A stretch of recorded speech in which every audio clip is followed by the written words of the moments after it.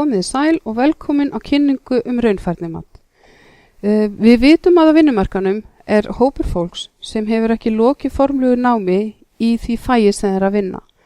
En það hefur engu að síður aflað sér færni og þekkingar bara í starfi, á námskeiðum, í skóla eða í frítíma.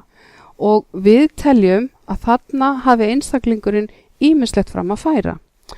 Grunnhugmyndin sú að nám fyrir fram við ýmsar aðstæður þarf ekki endilega að vera inn í formlega skólakerfinu og allt námi verðmætt og ber að viðurkenna. Þannig að raunfærnimat hjálpar einstaklingi sem hefur unnið lengi í sínu fagi, hefur fullt af færni og þekkingu og vill ljúka námi í sínu fagi. Og það sem við gerum að við metum þá færni sem einstaklingurinn hefur í raun og vinnum með styrkleika hans þannig að hann metinn á móti námskrá fagsins.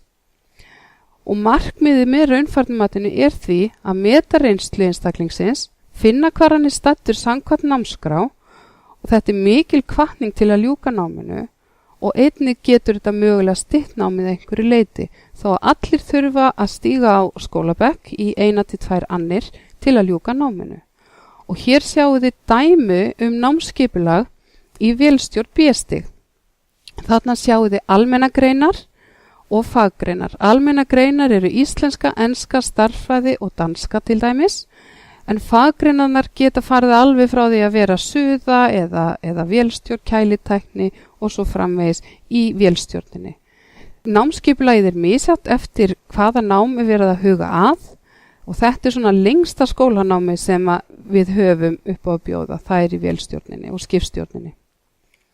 Nú almennar upplýsingar, svona hvað var það kostnað og annað. Raunfærnimat einstaklingnum að kostnaðarlausu, en við getum því miður ekki greitt ferðastyrk. Viðtal hjá náms- og starfsráðgjafa og mati sjálft, það kostar ekki neitt. Nú allir sem hafa áhuga á raunfærnimati, það fínt fyrir þá að skrá sig hjá símenntunarmiðstöðinni og hafa samband við náms- og starfsráðgjafa á þeirri miðstöð. Annaðhvort að bóka viðtal eða símaviðtal. Nú, það eru inntökuskilyrði í raunfærnimat og það alltaf verið að horfa í þá starfsreynslu sem viðkomandi hefur og við óskum eftir því að viðkomandi staðfesti starfsreynsluna með opinberu gögnum og hér dæmi lífeyrissjóðsyfirlit eða skattaframtal. Hér sjáum þið svo inntökuskilyrðin. Greinar sem ljúka með sveinsprófi eins og í byggingagreinum, bílingreinum, þá 25 ára lífaldur og 5 ára starfsreynsla krafist. Það einnig í vélstjórn og skipstjórn og málm- og vélgreinum fyrir utan málmstöðuna. Matvælagreinarnar sem ljúka náminu með sveinsprófi eru einnig með þessi inntökuskilyrði. Skrúðgarðyrkjan aftur á móti, það 25 ára lífaldur og 36 mánaða starfsreynsla á 7 árum og það sögum hvenar vinnan á sér að mestu leyti fram yfir árið í skrúðgarðyrkjunni. Inntökuskilin aftur á móti í matartækni, matsveinin eða sjókokkin, kjötskurð, slátrun og málmsuðu 25 ára lífaldur og 3 ára starfsreynsla.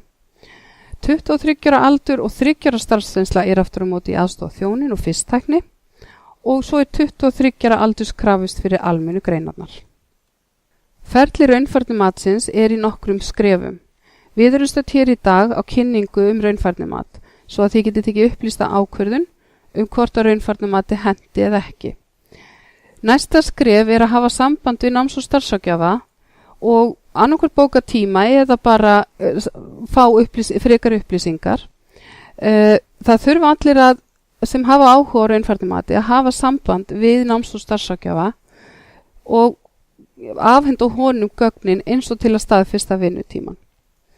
Einnig gott að mæta í viðtal eða senda náms- og starfsráðgjafa fyrir símaviðtalið, gögnum þá skólagöngu sem það hafið farið í gegnum. Ef þið hafið lokið einingum í framhaldsskóla eða eitthvað slíkt, að þá gott að mæta með það til náms- og starfsráðgjafans eða senda honum það. Í þessu viðtalið þá farið yfir raunfærnimatið aftur, svona aðeins ef það einhverjar spurningar, en svo einnig skoðað hvort þetta sé að gagnast viðkomandi. Og svo framvegis. Nú, eftir þetta viðtal þá farið yfir gögn viðkomandi einstaklings og séð hvort að hann uppfyllir inntökuskilyrði til að fara í raunfærnimatið. Ef svo að þá næsti kassi, það færnimappa búin til og skilað. Færni mappa er mappa þar sem tekið er saman hver færningar og þekking og náms- og starfsráðgjafinn hjálpa hverjum og einu með það og þá vinnu. Þetta er mappa þar sem við erum til dæmis að setja skírtinni yfir skyndihjálp eða skírtinni yfir námskeiðið eitthvað slíkt, en einnig eru þarna gátlistar þar sem viðkomandi merkir við hvað hann telur sig vera sterkan í. Og ég sýnir svona gátlist eftir augnablik. Þegar mappan er tilbúin, þá er komið að matsviðtali. Matsviðtalið er þannig að einstaklingurinn sest niður með kaffibolla með náms- og starfsráðgjafanum sínum og matsaðila. Einum upp í alveg geta verið 4 matsaðilar en aldrei margir í einu.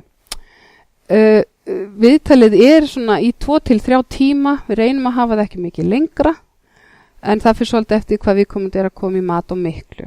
Í matsviðtalinu þá er farið í gegnum færnimöppuna og viðkomandi er svona spurður ýmsa spurninga, hvernig hann myndi kannski framkoma ákveðna hluti eða eitthvað álíka.